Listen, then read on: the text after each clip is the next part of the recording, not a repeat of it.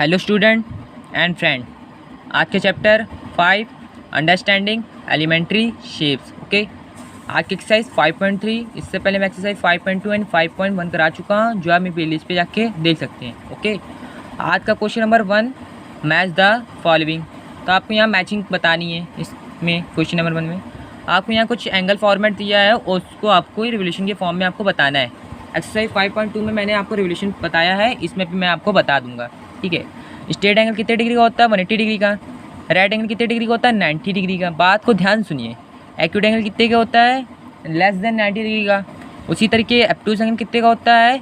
आपका greater than 90 degree and less than 180 degree. Okay, और reflex angle कितने का होता है? ग्रेटर देन 180 डिग्री का। अब इसको मैं यहाँ पे रिवोल्यूशन का फॉर्म बताऊँगा। तो स्ट्रेट एंगल कितने का होता है? 180 डिग्री का होता है। और पूरा सर्कल कितने का होता है? 360 का। ठीक है, तो 360 को नीचे रखिए और बाकी जो वैल्यू ऊपर रखते आइए। तो 360 से डिवाइड करेंगे क्योंकि पूरा सर्कल कितने का होता है? 360 का। स्ट्रेट एंगल 180 का होता है, 180 ऊपर लिखा और 360 नीचे लिखा। उसको काटा तो क्या आया?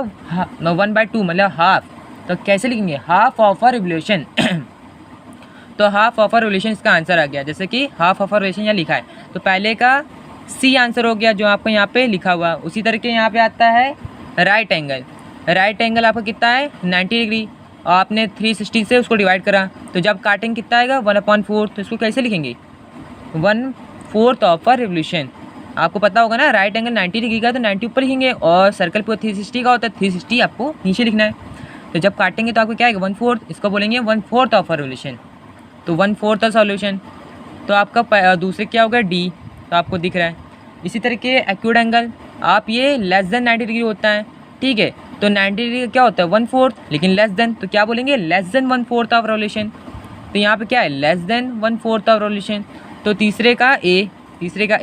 उसी तरीके एब्टूज एंगल आपका होता है greater than 90 degree and less than 180 degree. ठीक है, तो ग्रेटर देन 180 कितना होता है? ग्रेटर देन 90, तो 90 से कितना होगा?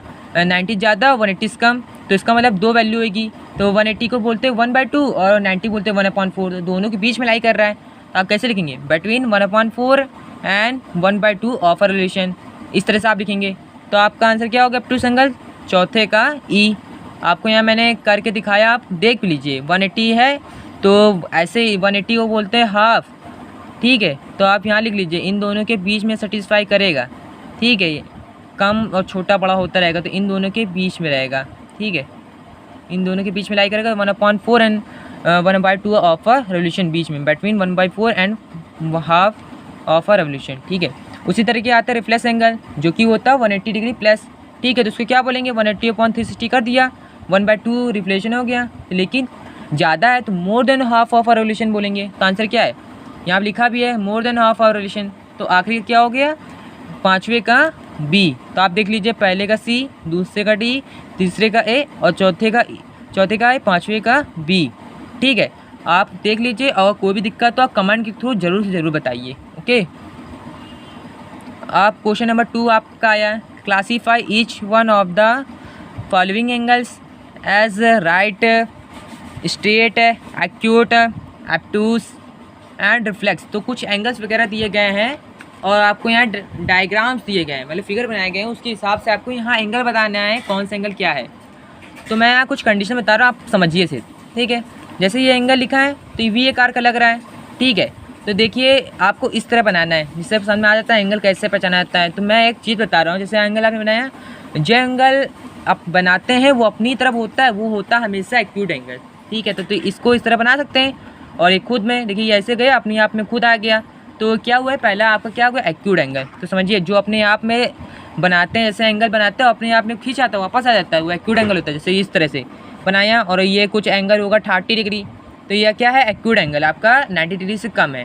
ठीक है, उसी तरीके बी देखिए, सीधे क्या होता है आपका? राइट एंगल 90 डिग्री, और 90 डिग्री जो ज़्यादा होता है और यहाँ स्ट्रेट लाइन होती है सीधे 180 डिग्री, और 80 डिग्री से कम और 90 ज़्यादा, तो आपको क्या कहलाता है? आपका एब्टूज एंगल।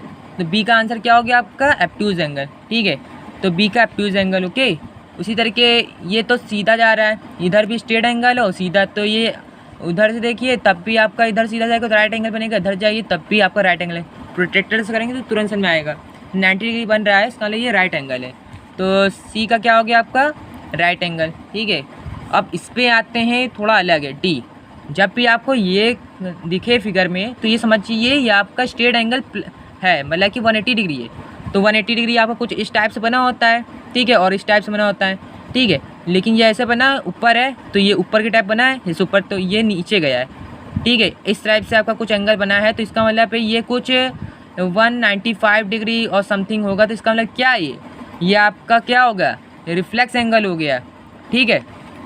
तो आपका डी क्या हो गया, रिफ्लेक्स एंगल, जो कि 180 डिग्री से ज़्यादा होता है। तो जब भी इस तरह का कोई सर्कल आए और वो आपका अब उधर की तरफ जाए, मतलब कि उससे दूर जाए, तो आपका क्या होता है, वो रिफ्लेक्स एंगल। जैसे मैंने बताया आपका स्ट्रेट है, ये क्या होता है आपका स्ट्रेट एंगल, और आपका ये एरो बना है, इसका मतलब नीचे से जाएगा, जैसे यहाँ बना है तो नीचे से गया, उसके ऊपर से गया, तो ये आप ऊपर बनाया आपने, इससे पहचान लीजिए स्ट्रेट एंगल, और इसको अपनी तरफ से करा तो क्या होगा, ये रिफ्लेक्स एंगल की पहचान है, ठीक है।